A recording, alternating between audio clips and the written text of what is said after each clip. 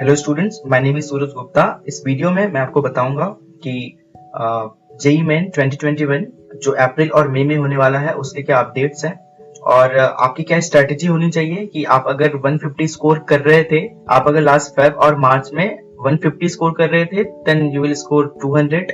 अगर आप 200 स्कोर कर रहे थे तो यू विल स्कोर 250। सो आपका अराउंड 30 to 50 मार्क्स बढ़ाने की स्ट्रेटेजी क्या होगी उसके बारे में बात करेंगे। सबसे पहला अपडेट ये है कि अभी तक जो है जेईई मेन के ऑफिशियली एनटीए ने कोई अनाउंसमेंट नहीं करा है कि अभी एग्जाम पोस्टपोन हो रहा है या फिर एक्चुअली एग्जाम हो रहा है, बिकॉज एडमिट कार्ड भी अभी तक नहीं रिलीज हुआ है और अराउंड जो है 7-8 दिन बाकी है एग्जाम स्टार्ट होने में। तो पूरा चांसेस है, मैक्सिमम पॉसिबिलिटीज है कि आपका एग्जाम पोस्टपोन होगा। ठीक है, तो अगर आपका एग्जाम पोस्टपोन होगा इसका मतलब ये है कि आपको जो है चांसेस मिलेगा, एक्स्ट्रा टाइम मिलेगा प्रिपरेशन करने के लिए। अब एक चीज और दिमाग में रखना है कि आपको ये जो टाइम मिलेगा उसका किस तरीके से यूज करना है उस पर हम बात करेंगे।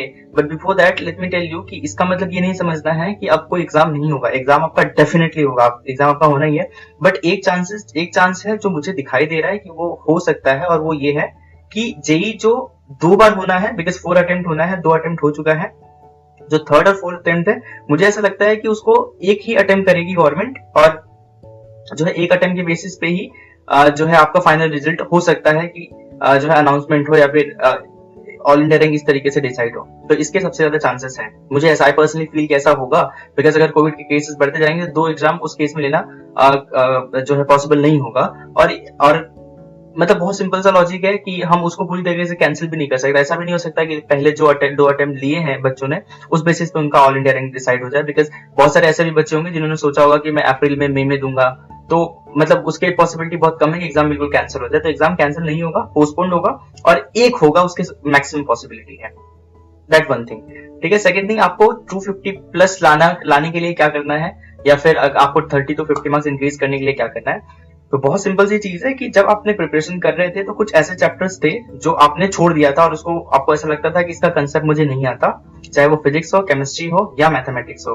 मैथमेटिक्स का पेपर प्रीवियस फेब और मार्च में ऐसा देखा गया कि थोड़ा सा अच्छा था compare to chemistry and physics subject. तो आप अपने मैथ्स में अगर आपके कम मार्क्स आ रहे हैं, जैसे मेरे काफी स्टूडेंट्स हैं उनके मैथ्स में एक्चुअली जो है 70, 80, 85 परसेंटाइल है, जबकि फिजिक्स और केमिस्ट्री में 98, 99, 97, 96 परसेंटाइल है। तो उन बच्चों के लिए खासकर वो अपने मैथ्स में बहुत अच्छे से जो है ध्यान दो। और अगर आपका केमिस्ट्री या फिजिक्स में अगर आपको लगता है कि थोड़ा सा वीक है तो आप केमिस्ट्री और फिजिक्स में ज्यादा ध्यान दे सकते हो। और अगर आपको लगता है कि मेरा physics chemistry maths almost equally है, प्रिपरेशन मैंने ऐसे किया था कि मैं जो है 200 मार्क्स पे अटक गया हूँ, उससे ऊपर नहीं आ गया है, तो आप 250 लाने का आपको बस बहुत ही अच्छा जो है चांस है। एक जो है कोट है कि एवरी क्राइसिस क्रिएट्स अपॉर्चुनिटी। तो इस अपॉर्चुनिटी का हमें फायदा उठाना है, हमें जो है इसका पूरी तरीके से यूज करना है। मेंटली हमें फिट रहना है, कोई स्ट्रेस नहीं लेना, एवरीथिंग विल बी फाइन, सब सही हो जाएगा। ऐसा कुछ भी नहीं है जो हमने पहले नहीं देखा हुआ है, हमने पहले इससे बहुत बुरी बुरी चीजें देखी हुई हैं। हाँ, आप ये कह सकते हो कि मैंने अपने पूरे एज में, पूरी लाइफ में नहीं देखा हुआ है, बट इससे पहले इंसानों ने इस चीज को फील करा हुआ है, इस चीज को देखा हुआ है। चाहे वो 100 साल पहले की बात हो या 200 साल पहले की बात हो या कितने भी टाइम की पहले की बात हो, हमने इस चीज को फेस करा हुआ है और हम इस चीज को आसानी से रिकवर भी कर जाएंगे। It's not a big deal. तो ये चीज दिमाग में रखना है हमें। अब इसमें हमें बिल्कुल भी पैनिक नहीं करना है। ऐसा नहीं है कि जो है ये हम पहली बार फेस कर रहे हैं। हमारे अंदर बहुत कैपेबिलिटी है एज ए ह्यूमन बीइंग। ठीक है, तो हमें मेंटली जो है फिट रहने की कोशिश करनी है। आपको जो है पेशेंस रखना है, कंसिस्टेंटली आप जो कर रहे हो आपको वो करना है। एंड आई वॉन्ट से कि ये करना है और फिर अगर आप नहीं कर पा रहे हो तो क्या, आई विल डेफिनेटली से कि इसका सोल्यूशन क्या है। अगर आप नहीं कर पा रहे हो मेंटली, अगर आपको कुछ भी ऐसा लगता है जो सही नहीं है या फिर आप स्ट्रेस में हो, ये सब चीजें बहुत आपको अफेक्ट कर रही है, नेगेटिव वाइब्स आ रहा है, then talk with your parents, talk with your friends, है ना, अपने मेंटोर से, टीचर से बात करो and definitely you will find some solution, right. हर चीज का सॉल्यूशन है। तो ये एक चीज है, आप किस तरीके से इन सब चीजों से आसानी से निकल सकते हो। दैट्स सो सिंपल, है ना। और स्पेशली पेरेंट्स से, टीचर से, फ्रेंड से, किसी से भी आप बात करो तो आपको सोल्यूशन मिलेगा। दूसरी चीज जो मुझे कहनी है वो ये है कि अगर आप जो है जेईई मेंस में आपने अराउंड 150 या 180 या 200 जो भी आप स्कोर कर रहे थे, अगर उसको 30-50 मार्क्स इंक्रीज करना है तो प्रिसाइसली आपको क्या करना है। प्रिसाइसली पहले तो आपको सब्जेक्ट वाइज एनालिसिस करना है, फिजिक्स, केमिस्ट्री एंड मैथ्स। मेरा सबसे वीक कौन है?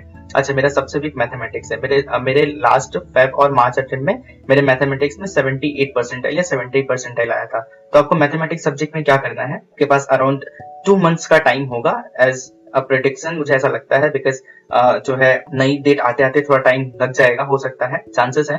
तो आपके पास 2 मंथ है, 2 मंथ इतना टाइम होता है, इतना इनफ टाइम होता है, एक सब्जेक्ट को आप आराम से निपटा सकते हो। सो आप मैथमेटिक्स के लिए क्या करो, आप बिल्कुल शांति से जो है प्लान करो, एक जो है चार्ट बनाओ और उसमें लिखो कि सबसे ज्यादा पोर्शन कौन सा आता है, तो you will find some calculus, algebra, या जो भी है, ठीक है, जो भी पोर्शन सबसे ज्यादा होता है। एंड आई वुड सजेस्ट कि जो कैलकुलस का पोर्शन है उसको आप सबसे पहले कंप्लीट करने की कोशिश करो, because that will be useful for your engineering too, है ना, वहां पे भी आपको काफी यूजफुल होगा।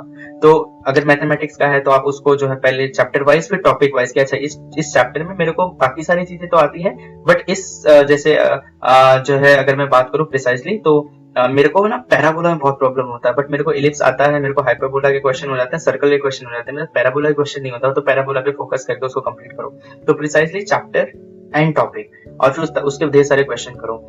ऐसे आपको फिजिक्स में, केमिस्ट्री में भी अगर आपको लगता है वो वीक है तो उसमें भी इसी पैटर्न को फॉलो करना है। Another thing which I would suggest you is कि जो भी आप टेस्ट दो, टेस्ट इज वेरी इंपॉर्टेंट, आपको टेस्ट देना ही है। जो आप भी आप टेस्ट दे रहे हो उसमें इस तरीके से एनालिसिस करो कि लेट्स सपोज अगर आपने 30 क्वेश्चन करे हुए हैं, उसमें से आपके 20 क्वेश्चन करेक्ट है, तो 20 क्वेश्चन जो करेक्ट है that is not your learning. आपका जो लर्निंग है वो 10 क्वेश्चन है जो आपने इनकरेक्ट करा हुआ है। तो उस 10 क्वेश्चन का टॉपिक देखो कि ये 10 क्वेश्चन मेरे कौन से टॉपिक से हैं, अच्छा ये टॉपिक से मेरे क्वेश्चन अभी भी रॉन्ग हो रहे हैं, तो उस टॉपिक को फिर से जो है एक बार रिवाइज करो। फिर से आपके पास जो भी रिसोर्सेज है, आप जहां पे भी पढ़ रहे हो, या अगर नहीं पढ़ रहे हो तो हमारे प्लेटफॉर्म पे फैकल्टीज अवेलेबल है, मैं खुद फिजिक्स पढ़ाता हूँ, डायरेक्टली मुझे कॉन्टैक्ट करिए, ठीक है। हमें आप जो है कॉल करिए, मैसेज करिए इंस्टाग्राम पे या फिर ईमेल के थ्रू, जिस तरीके से उस तरीके से आप कर सकते हैं। आप जो है हमारी वेबसाइट पे विजिट करके वहां से क्लास बुक कर सकते हैं। तो हर तरीके से हमने कोशिश करी है कि आपको जो है किसी भी तरीके से प्रॉब्लम ना हो, राइट। तो आप या तो हमें डायरेक्टली कांटेक्ट करिए, आपके रिसोर्सेज यूज करके उस टॉपिक को क्लियर कीजिए। हमारे पास हमारी जो फैकल्टी है, हम टॉपिक वाइज भी पढ़ाते हैं, चैप्टर वाइज भी पढ़ाते हैं कि हम सिर्फ अच्छा आपको 2 क्लास की जरूरत है तो हम आपको 2 क्लास ही पढ़ाएंगे। तो 2 क्लास का आपको सिंपल सा एक जो मिनिमम अमाउंट हमने फैकल्टी डिसाइड करेगा म्यूचुअली, वो आप उनको पे करके आप क्लासेस अरेंज कर सकते हो, राइट।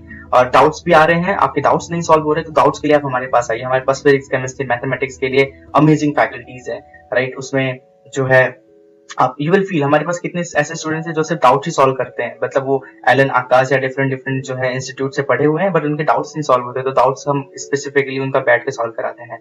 तो ये एक तरीका हुआ। टेस्ट का जो मैं कह रहा था, आप टॉपिक वाइज एनालिसिस करके उसका एक लिस्ट बनाइए, टॉपिक को फिर से अपनी फैकल्टी से, अपने टीचर से, अपने मेंटोर से पढ़िए, डाउट सॉल्व करिए, और कहीं भी प्रॉब्लम आ रहा है then you can directly contact us, है ना। तो ये हुई एक बात, जिससे अगर आप देखोगे, अगर आप कंसिस्टेंटली सिर्फ टेस्ट सीरीज को अगर आप फॉलो करते हो, जो आप टेस्ट दे रहे हो उसके भी अगर आप सिर्फ और सिर्फ इतना करना है कि जो भी आप टेस्ट दे रहे हो उसके वीक टॉपिक्स को नोट करना है, और नेक्स्ट जो आपका एग्जाम दे रहे हो या फिर नेक्स्ट जो टेस्ट दे रहे हो उसमें उस पर्टिकुलर टॉपिक के क्वेश्चन रॉन्ग नहीं करने, ये पूरी कोशिश करनी है। अगर आप ऐसा 15 to 20 टेस्ट के लिए करते हो तो आप देखोगे कि आपका 30 to 50 मार्क्स आराम से बढ़ जाएगा इन द नेक्स्ट अटेम्प्ट, ठीक है। दिमाग में रख के चलना है कि एक ही अटेम्प्ट होगा, that will B final attempt for everyone, ठीक है। So that's it for today. Next video में मिलते हैं, या तो किसी लेक्चर में या तो किसी इस तरीके के वीडियो में। एंड आई विल से कि अगर आपको ये वीडियो अच्छा लगा तो इसे लाइक करिए, अगर कुछ फीडबैक देना है तो कमेंट करिए, बताइए मुझे कि हाँ आप ये चीज भी कर सकते हो, ये और स्टूडेंट्स के लिए बेनिफिट होगा, यूजफुल होगा। सजेशंस के लिए आई एम ऑलवेज ओपन। और अगर आपको लगता है कि ये वीडियो किसी और बच्चे के लिए हेल्पफुल हो सकता है, किसी और स्टूडेंट के लिए हेल्पफुल हो सकता है, तो उसको शेयर करिए।